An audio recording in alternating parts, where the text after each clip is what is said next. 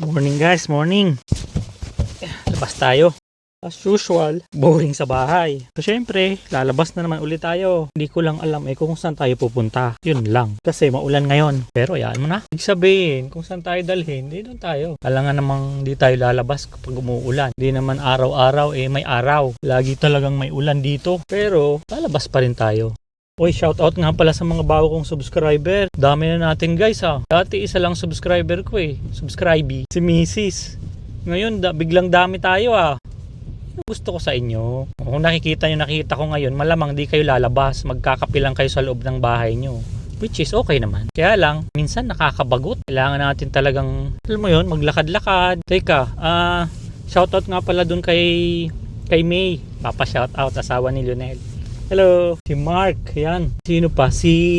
Yung iba kasi hindi naka-public kaya hindi ko makita. Grabe yung ulan ngayon dito guys sa Molde. Sunod-sunod mula ng pagdating namin, galing bakasyon, puro na ulan. Siguro may 2-3 araw na okay yung weather. Pero wag na tayong magreklamo. Na-miss nyo ba yung kwento ko? Diba, nalaman nyo ngayon kung saan nanggaling yung salitang gago. Ang ganda pa nung karakter, diba? May gout. O abangan nyo, may bago akong kwento. Syempre, may twist.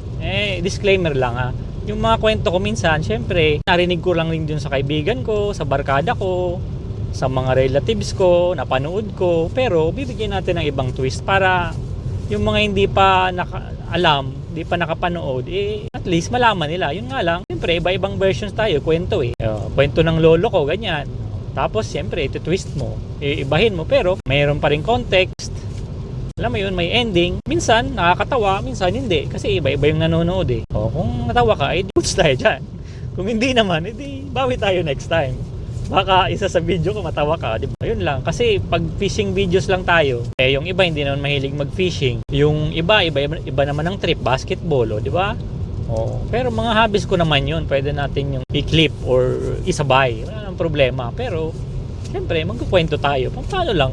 Bagay, para hindi boring sa vlog ko. Alam mo ba yung bagong alamat ko ngayon? Pero, syempre, iba yung title. Mamaya na lang, panuorin nyo na lang. Tapos, makikita nyo naman sa thumbnail. Kasi, yung kwento ko kasi spontaneous hindi ko ginagawa ng script or isusulat kasi parang hindi na natural. So, kung ano lang lalabas ko na mga kwento, yun lang. Tapos, doon na tayo gagawa ng title kung ano yung kung ano yung ending, di ba? Gusto nyo ba simulan ko na?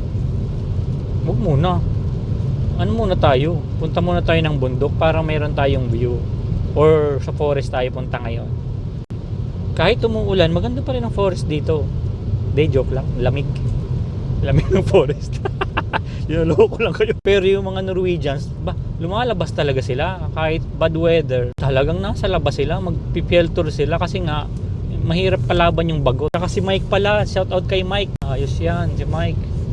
Si Wally pala, kalimutan ko. Akala ko si Luis, literal. Mga idol ko yan Actually, mahihain ako guys. Ayaw ko nagbablog kasi ayaw ko nakikita yung mukha ko. Si Luis, literal, galing niya magsalita sa camera. Sabi ko, paano kaya maging ganyan? Alam mo yun, confident ka. Tapos, marunong ka magsalita. Yung natural lang, di masyadong yung OA. Kasi nahalata pag OA. Pag OA ka mag-vlog, dami mong ginagawa, maarte ka, or basta madami kang mga kung ano-ano sinasabi na gaya ngayon, dami ko sinasabi. Pero ganoon talaga ako guys, madaldal naman ako sa asawa ko. Pero doon nakaka-express ka ng kung anong gusto mong ikwento, ganyan. Kaya kayo kausapin yung asawa nyo. Pagka malungkot kayo, mag-open up kayo para lalo kayong malungkot. Hindi, joke lang. Para siyempre, i-lift up ka ng asawa mo na, ganito ganyan huwag kang kupal. Guys, dito na tayo.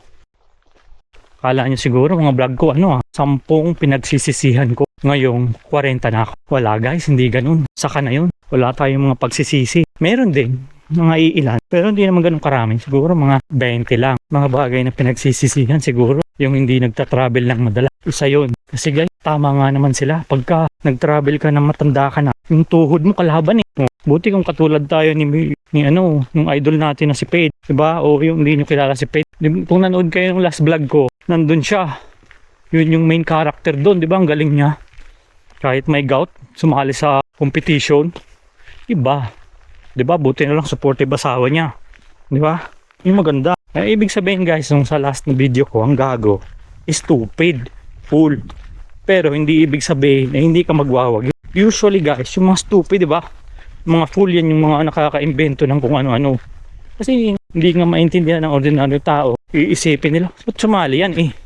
May gago. Pero, nag-risk. Yun tayo, dapat mag-risk tayo. Di nanalo siya ngayon. Di ba may 10,000 siya. Masakit yung tuhod niya. Pero nanalo. Full nga talaga siya kasi may gout eh. O eto guys, yung trail. Kita nyo yan. Diba? Kaya bayan nyo muna ako. Kasi wala akong kasama eh. Wala kasama kayo sa mga vlogs ko. Subscribe kayo kasi lagi naman ako nag-upload eh. I-on nyo yung notification bell kasi pag nag-upload ako, edi updated kayo sa mga kwento kung ano. O yung mga makasaysayan. Para ano lang. Para meron kayong pinapanood. Lalo yung mga nandito sa Norway. Kasi share na. Para makita nyo yung molde. Or yung middle part ng Norway. Tatanong mga Norwegian guys. Hvordan er været? Ang ganyan-ganyan. Tapos, sasabihin nila, so fint vare dag. Nung una, di ko maintindihan kasi itong mga to, masyadong busy sa weather. Uptat sila. Uptat means, masyado kang yun eh. Occupied ka sa weather masyado.